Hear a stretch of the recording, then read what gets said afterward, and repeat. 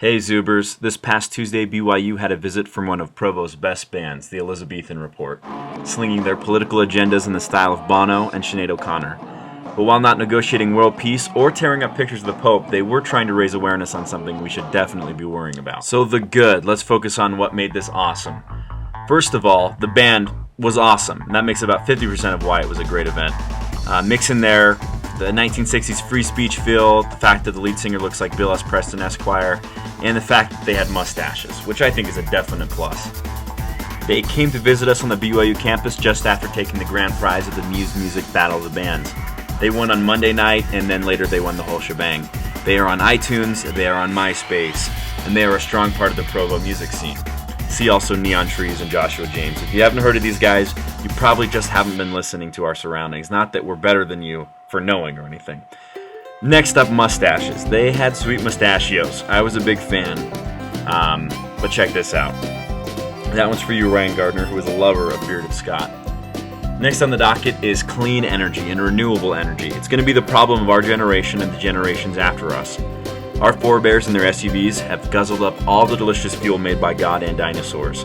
Crude oil made up of approximately 100% dinosaurs burns and blows up in our engines, and that's how we move around. Because of that damned asteroid, we are going to have to find a new source of fuel.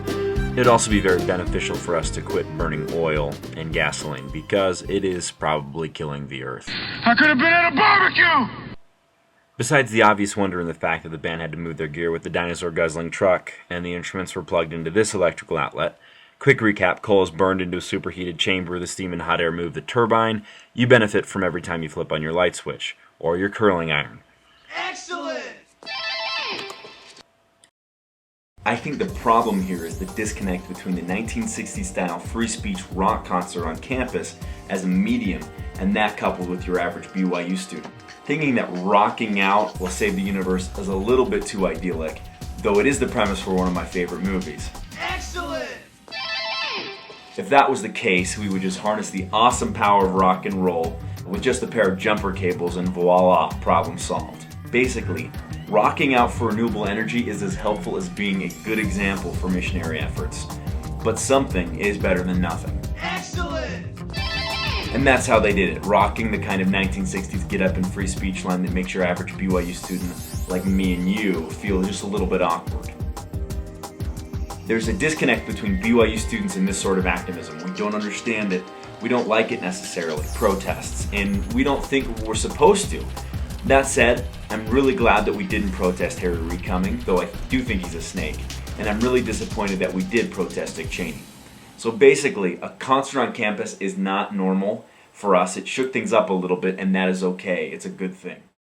While the means might not have been the best, the message was very important. Energy. We need to be aware that this is our issue. It's not going to go away. We have to claim it. Gas prices are not going to be going back down to where they were when we were younger anytime soon. We have to understand that this is a problem that we have to take head on, that we have to put pressure on the government to take care of. So a big 2 thumbs up to the Elizabethan Report and to renewable energy.